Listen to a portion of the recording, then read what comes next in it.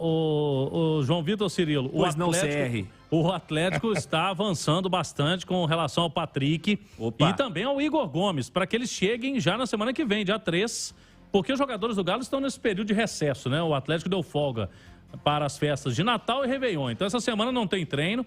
Os atletas voltam dia 3. O Edenilson já vai se apresentar dia 3, foi oficializado. E tá tudo caminhando para que os dois jogadores do São Paulo cheguem também no dia 3. Eu tava conversando, Ale, agora há pouco com o Jorge Nicola. Esse é o homem pelicano, faz fofoca, hein? Ele faz fofoca que não, tá e ele louco. tava me explicando o seguinte, o São Paulo não gastou até esse momento nenhum centavo com o Patrick, mas não foi dívida, não. Ele conversou ano passado com o Inter, né? O ano passado que a gente fala é de 2022, esse ano agora, quando ele trouxe o Patrick. E ele iria pagar os 3 milhões e pouco para o Inter só em 2023. Então ele não pagou nada por enquanto para ter o Patrick. Tá vendo? E aí ele vai vendê-lo para o Atlético e boa parte do valor que vai chegar para o São Paulo ele vai ter que repassar para o Inter. Então o São Paulo nessa brincadeira aí não vai receber nem 2 milhões de reais. É o que me passou o Jorge Nicola, que está lá ligado também nessa negociação. Mas aí eu acho que vai muito da vontade do jogador, né? Exatamente. E assim, e o Rogério Ceni, falando até um pouco do São Paulo, o Rogério Ceni está fazendo um time dos filhos dele. É quem não tem, ele não teve nenhum problema, por exemplo, teve problema com o Miranda, ele teve problema com o Patrick, porque ele demorou para colocar o Patrick como titular, embora seja talvez o mais técnico daquele elenco lá. E depois que ele colocou o Patrick, ele tirava o Patrick todo jogo. Qualquer discussãozinha mais ríspida, não, essa aqui não fica. Exatamente. E aí ele tá ficando com alguns jogadores que ele confia, que são do grupo dele ali. E isso tem caído bem mal assim para a torcida tricolor, porque o time é muito limitado, né? Trouxe o Wellington Rato, mas muito pouco. E os bons estão saindo. O Patrick é um dos bons que não quer ficar. O Rogério também não faz muita questão. Então, nessa aí, quem se deu muito bem foi o Galo. Já passagem emitida, será, Rezendão, para a semana que vem, então? Cláudio está trazendo aqui, Patrick e Igor Gomes podem estar na reapresentação, então, Cláudio. Porque o Igor Gomes é uma situação diferente, mas aí é uma negociação aí de percentual. São Paulo queria 15%, o Galo está querendo menos para que ele venha agora, até porque se ele não vier agora, ele vai vir no final de março e aí ele vem sem o São Paulo ter percentual nenhum. Mas é uma situação que é incômoda para todo mundo. Eu estava conversando tanto com dirigentes do Atlético quanto do São Paulo, e eles falaram, é uma situação ruim, porque o jogador vai ficar aqui para jogar só o Paulista, o treinador já não vai contar com ele para o resto do ano. E se ele demora para chegar no Atlético, ele perde espaço aqui, porque o Cudê vai fazer o time sem ele, né? Só prejudica, né? Porque você vai meio que...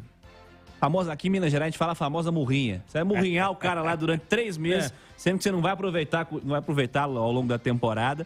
Ele vai ficar treinando em separado, porque ele não vai te ajudar no Paulista também. E você não deixa o cara jogar também na sequência, que é onde ele vai jogar. É melhor dar uma conversada a todo mundo, ficar todo mundo bem e segue a vida, né? A torcida do São Paulo vai falar que é o Rogério Ceni que não consegue desapegar do Igor Gomes, que o Rogério, nossa, ame a sua esposa, o seu marido. Esse aí não vai ficar porque não teve jeito, né? Não teve. Porque o Rogério... Nossa, ele amava, mas a torcida meio que pegou ele pra ser o bode expiatório, né? Porque ele jogava demais mesmo. O Rogério colocava ele em todos os jogos Sul-Americana, Copa do Brasil, Campeonato Brasileiro, Campeonato de Basquete, de Polidense, tudo. E aí acabou desgastando o jogador, e a torcida pegava muito no pé dele. Não é um jogador que, pra mim, vem pra ser titular, mas pode ajudar muito. Eu peguei aqui números do Patrick e do Jair. O Patrick, no São Paulo, ele jogou 55 jogos no total da temporada, fez 9 gols e deu 8 assistências. Números do Patrick. O Jair, no Atlético, jogou 48 jogos. Em termos até de minutos, ele jogou até mais do que o Patrick, mas menos jogos. 1 gol e 5 assistências. Então, os números de participação efetiva em gol, né, ou fazendo ou dando assistência, o Patrick, nessa temporada, foi bem acima do Jair. Né? O Alan e o Jair, o Cláudio e Alê, no comparativo com a temporada mais vitoriosa da história do Atlético, talvez tenham sido 2 das quedas mais claras de futebol no comparativo com esse ano, né? E eu acho que o Alan até... porque ele modificou um pouco a forma dele jogar, né? Sim. Muitas vezes a gente via ele insistindo em armar o time, jogando às vezes até um pouco mais à frente e tal. E aí não é a característica dele, não tem jeito. Tanto que num retrato curto do Campeonato Brasileiro, quando entra o Otávio, ele cresce um pouco mais de produção. Tem uma ajuda ali na marcação e tal, mas eu acredito muito no Alan. Eu acho que ele é um dos jogadores que, para mim, são diferentes desse bom elenco do Galo, tem alguns que são diferentes. Para mim, ele é um deles. Começou uma especulação nesse fim de semana que o Palmeiras poderia vir em cima do Alan, porque ele deve vender o Danilo, né? Meio campista. No Atlético não tem nenhuma possibilidade hoje de venda do Alan. Eu começaria a temporada com o Alan titular. De primeiro volante. Começaria com ele. Ah, e tendo Edenilson e Patrick, eu jogaria com os dois também. Também. Agora o Jair, a situação é diferente. O Jair, ele deve perder espaço aí, porque ele joga um pouco mais à frente. E convenhamos, o Cudê tá trazendo o Edenilson e o Patrick, que são jogadores de confiança dele, né?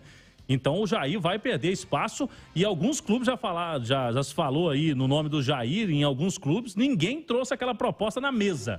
Mas pelo que eu tô sentindo aí, o filho do repórter, se vier uma proposta, dá negócio. Até porque esses caras vêm para ganhar um bom salário. Você tem que fazer um alívio de caixa ali, você tem que equilibrar, né? Então acho que é natural.